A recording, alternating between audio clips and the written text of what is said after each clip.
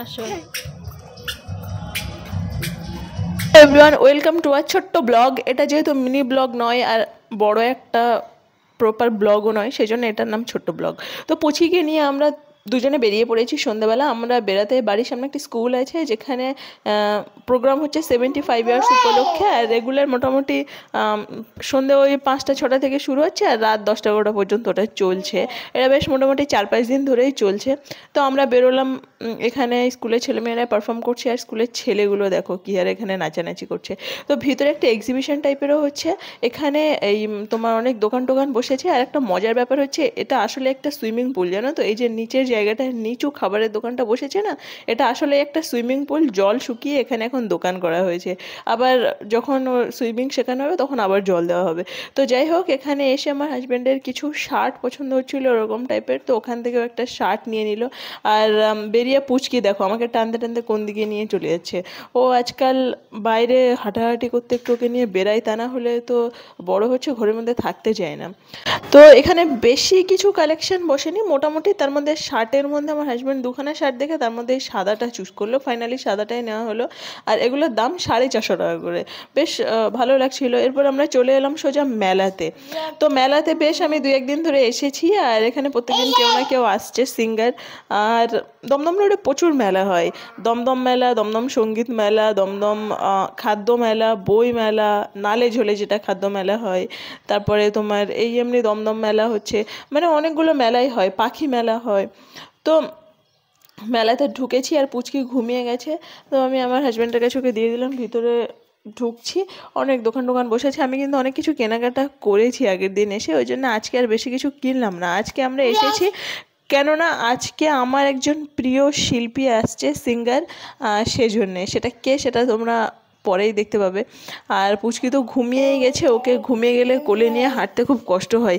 এখন যেহেতু একটু হাঁটতে শিখেছে ওই জন্য হাত ব্যথা করলে একটু নামিয়ে দেওয়া যায়, বাট যখন ছোট ছিল তখন আরও বেশি প্রবলেম হতো। তো যাই হোক, এখানে গানের আসরটা বসেছে। এখানেই তোমার এসছে উষা উত্থুপ। হ্যাঁ, উষা উত্থুপ তো আমার ভালোই লাগে, ওর কিছু কিছু গান ভালো লাগে, তবে সব গান ভালো লাগে সেটা বলবো না। দেখছি মোটামুটি ভিড় হয়ে গেছে, সামনের দিক তো ঢুকতেই পারছি না। আর পিছনে অনেক দূর থেকে হাত উঁচু করে জুম করে ভিডিওটা করেছি, ওই জন্য ব্যাপারটা মানে ভালো বোঝা যাচ্ছে না। জাস্ট দেখা যাচ্ছে, কিন্তু কোয়ালিটিটা একদম লো হয়ে গেছে।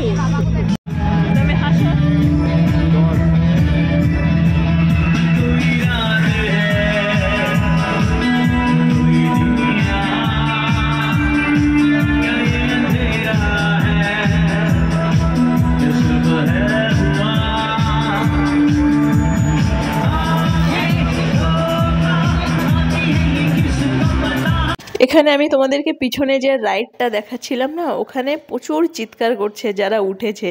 ওই রাইডটাতে একবার আমার মা আর আমার দিদির মেয়েগুলো জোর করে মাকে তুলেছিল আমরা বারুইপুর মেলাতে যখন গেছিলাম। মা বলছিল যে আমি আরেকটু হলে বোধহয় মরেই যেতাম। তো ওইটাই দেখে আমরা হাসাহাসি করছিলাম যে এই সেই রাইড যেটাতে উঠে সব অবস্থা খারাপ হয়ে গেছিলো।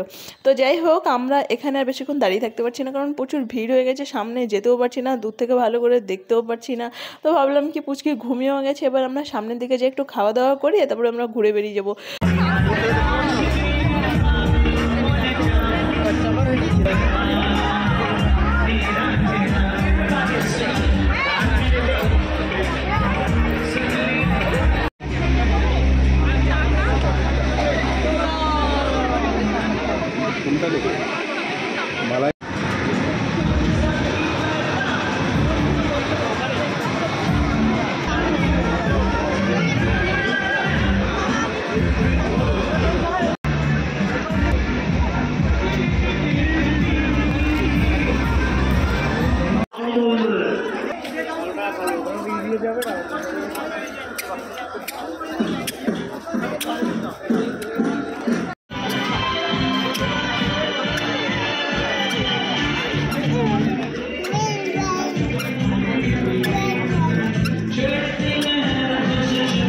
চললাম বাড়ির দিকে। তো চলো এই ভিডিওটা এইটুকুই, তোমাদের সাথে পরে দেখা হচ্ছে। সবাই খুব ভালো থাকো, টাটা।